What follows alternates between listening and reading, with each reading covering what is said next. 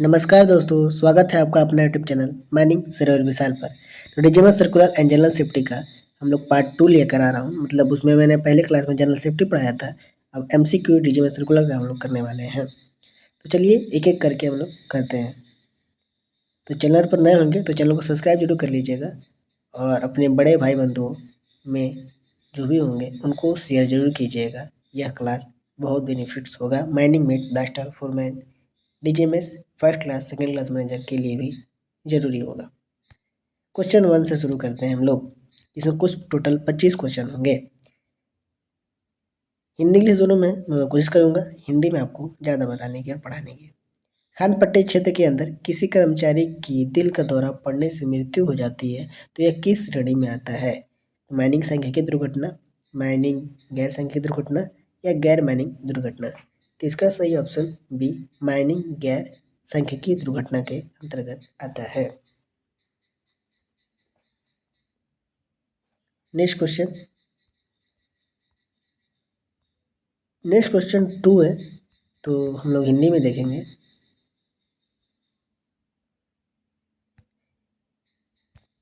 कि यदि खान के पट्टे क्षेत्र के अंदर किसी कर्मचारी की दिल का दौरा पड़ने से मृत्यु हो जाती है और रिपोर्ट डीजीएमएस को नहीं भेजी जाती है तो निम्नलिखित में से किसकी रिपोर्ट भेजना आवश्यक है? हालिया चिकित्सा परीक्षण के प्रति, परिवार की घोषणा नोट, पोस्टमार्टम रिपोर्ट या उपयुक्त सभी। तो इसका राइट आंसर ऑप्शन डी, मतलब ये सभी चीज को हमें भेजना आवश्यक हो जाता है। Next question.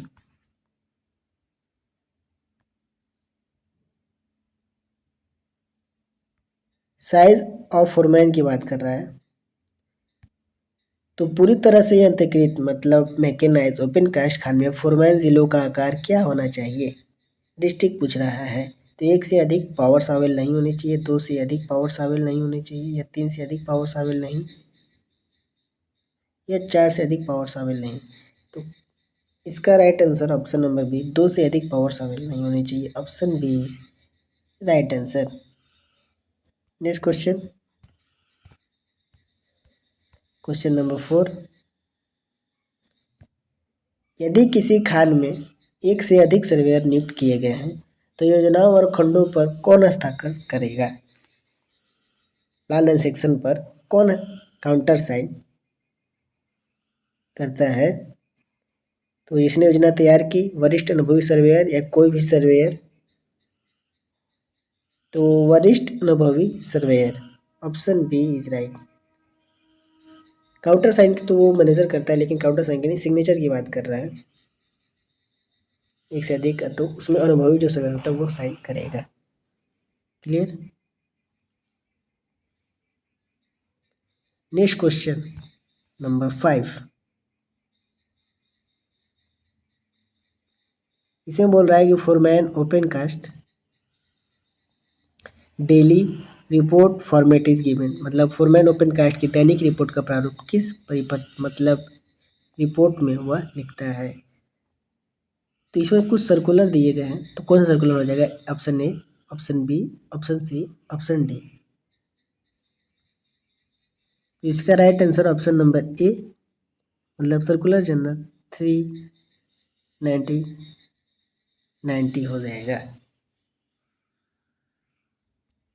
Next question 6 number.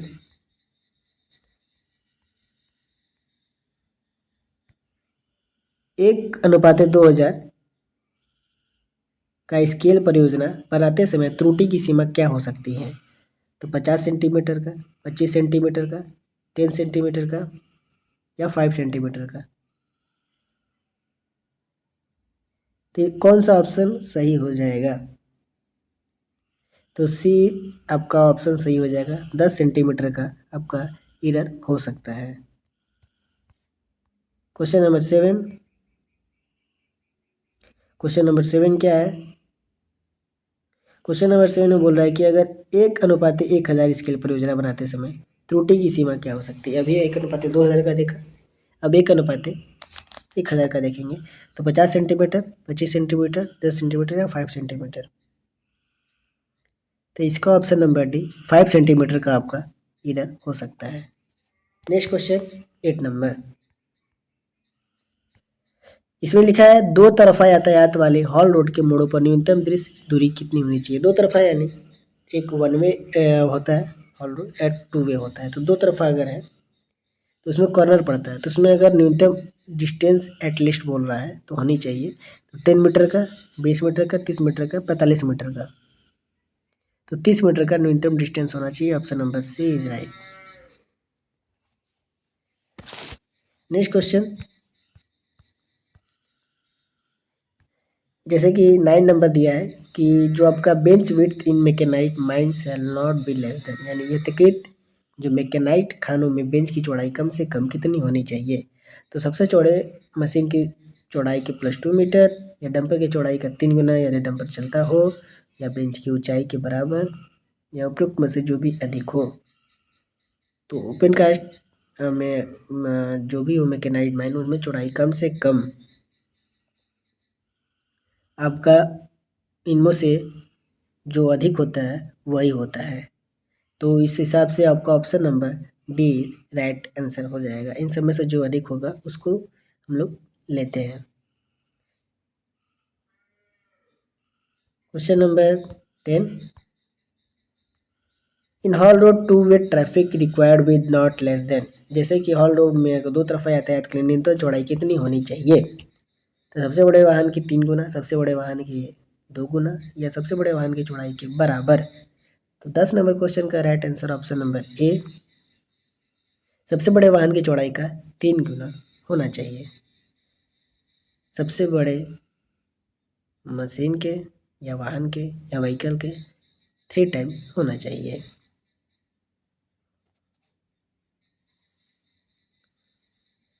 Next question 11 number, कोई भी हॉल रोड रैंप को छोड़कर की ढलान से अधिक नहीं होना चाहिए। मतलब एक तरह से पूछ रहा है कि आपका कोई भी हॉल रोड रैंप को छोड़कर की ढलान अधिकतम कितनी होनी चाहिए। तो ऑप्शन नंबर ए 1:12 का होना चाहिए, 1:12 का, 1:12 का होना चाहिए। नेक्स्ट क्वेश्चन 12 नंबर,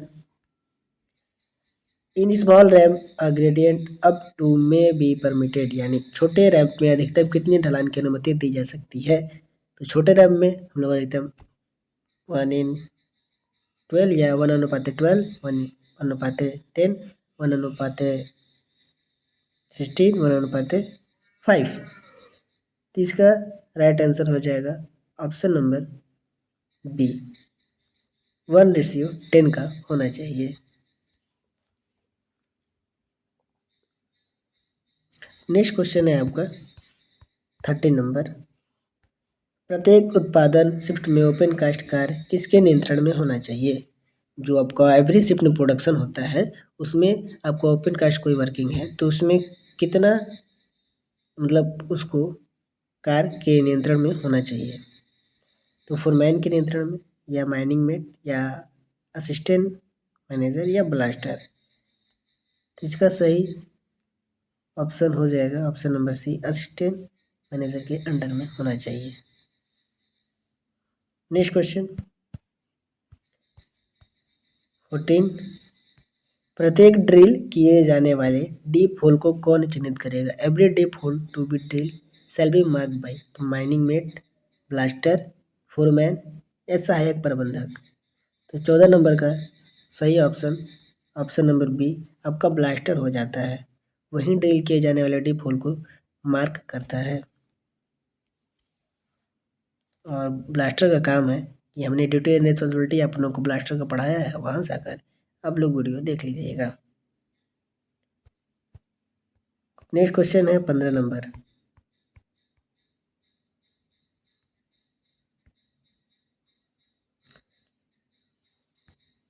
यदि कोई मशीन असुरक्षित पाई जाती है तो उसे किस टैग से चिन्हित किया जाएगा। अगर कोई मशीन मान लीजिए खराब पड़ी है तो उसे हम लोग किस, out of service, do not use, या डू नॉट यूज, या अंडर ब्रेकडाउन, उपरोक्त में से कोई भी नहीं। तो उसे हम लोग out of service, do not use से हम लोग चिन्हित करके रख देते हैं ताकि उसे कोई भी छुए या यूज ना करे। Option number A is right. Next question 15 के बाद है 16 नंबर। विस्फोटकों को चार्जिंग से अधिकतम कितने मिनट पहले तक ही ले जाना चाहिए। जैसे मान लीजिए ब्लास्टिंग साइट है तो वहाँ पर जब चार्जिंग की बात आती है तो कितने मिनट पहले हम लोग को ले जाना पड़ता है। तो 30 मिनट, 60 मिनट, 90 मिनट, 120 मिनट। तो option A is right. Explosive should be transported not more than how many minutes before charging. Option A हो जाएगा, 30 मिनट पहले ले जाते हैं।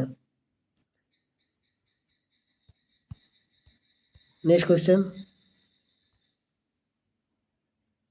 17 नंबर। जैसे कि विस्फोटक वैन में एक्सप्लोजिव शब्द किन लोगों में लिखा जाना चाहिए। एक्सप्लोजिव वैन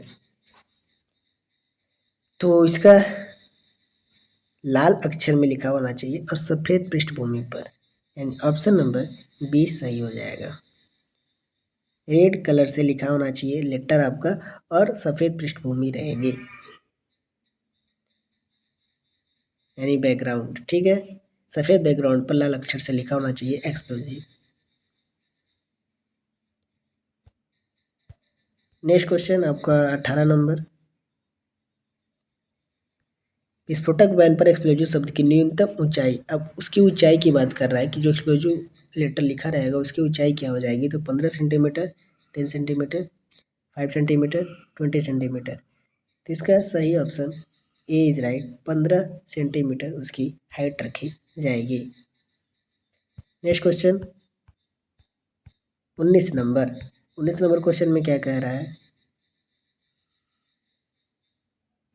कि विस्फोटक वैन में कम से कम कितने अग्निशामक होने चाहिए। अग्निशामक यंत्र की बात कर रहा है। तो विस्फोटक जो आपकी एक्सप्लोजिव वैन है, कम से कम कितने अग्निशामक यंत्र होने चाहिए। तो 1, 2, 3 या 4।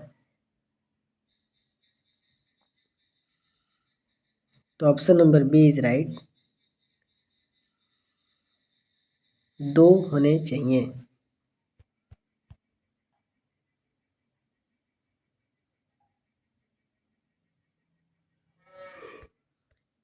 बीस नंबर क्वेश्चन पर चलते हैं। विस्फोटक वैन की अधिकतम गति सीमा कितनी होनी चाहिए। ये इसका आंसर आप सभी को पता होगा, तो कमेंट करके बताइएगा कि एक्सप्लोजिव वैन की स्पीड कितनी रखी जाएगी। ऑप्शन ए 20 किलोमीटर प्रति घंटा, ऑप्शन बी 15 किलोमीटर प्रति घंटा, ऑप्शन सी 25 किलोमीटर प्रति घंटा या ऑप्शन डी 30 किलोमीटर प्रति घंटा। इसका कमेंट बॉक्स में आप लोग कमेंट करके बताइएगा कि सही आंसर क्या हो जाएगा ऑप्शन क्वेश्चन नंबर 20 का। नेक्स्ट क्वेश्चन पर चलेंगे 21। यदि हॉल रोड आसपास के क्षेत्र से ऊपर है तो किनारे पर न्यूनतम ऊंचाई का एक पैरापेट वॉल और एक बैंकमेंट ऑफ लिस्ट मतलब होना चाहिए। तो कितने मीटर पर, 2 मीटर, 1 मीटर, 1.5 मीटर या 0.5 मीटर।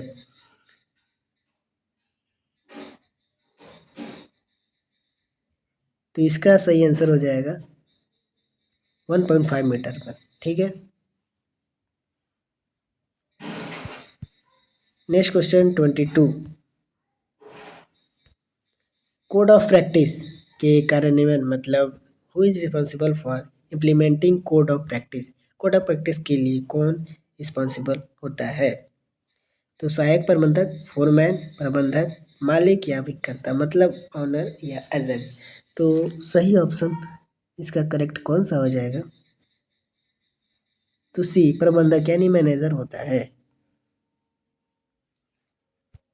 Next question 23।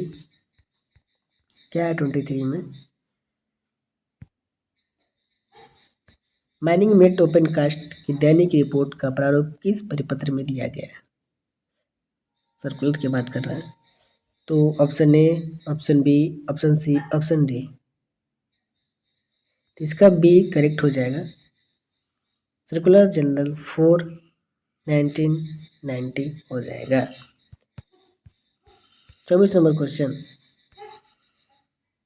वर्षा ऋतु में जल भराव और व्यक्तियों की वापसी के मॉक अभ्यास की कितनी बार जांच मतलब एक बार से होनी चाहिए। सप्ताह में एक बार, प्रत्येक 15 दिन में एक बार, प्रत्येक महीने में एक बार, उपरोक्त कोई भी। तो इसका बता दें answer, option number C is right, प्रत्येक महीने में एक बार होना चाहिए। मूक रिहर्सल फॉर इनंडेशन। ठीक है, नेक्स्ट क्वेश्चन 25। ये बहुत अच्छा क्वेश्चन है। प्रथम शिफ्ट में विस्फोटक ले जाने वाले बॉक्स का रंग क्या होना चाहिए? Explosive box colour for first shift, second shift and third shift, तीनों का कलर अलग अलग होता है। तो ऑप्शन ए इज राइट, लाल। और अगर बात करें तो सेकेंड शिफ्ट में ये येलो, और वाइट की बात करें तो थर्ड शिफ्ट में बॉक्स का कलर होता है। यहाँ कोई डाउट नहीं होना चाहिए। 26 नंबर क्वेश्चन,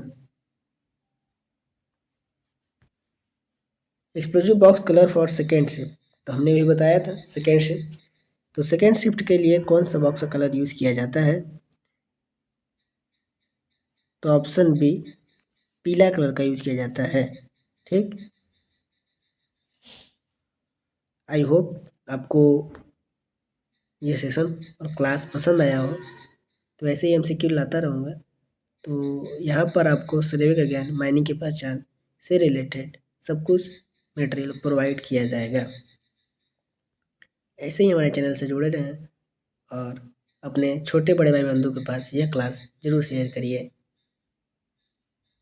मिलते हैं नेक्स्ट क्लास में, तब तक के लिए कीप वॉचिंग, कीप शेयरिंग। जय हिंद, जय माइनिंग।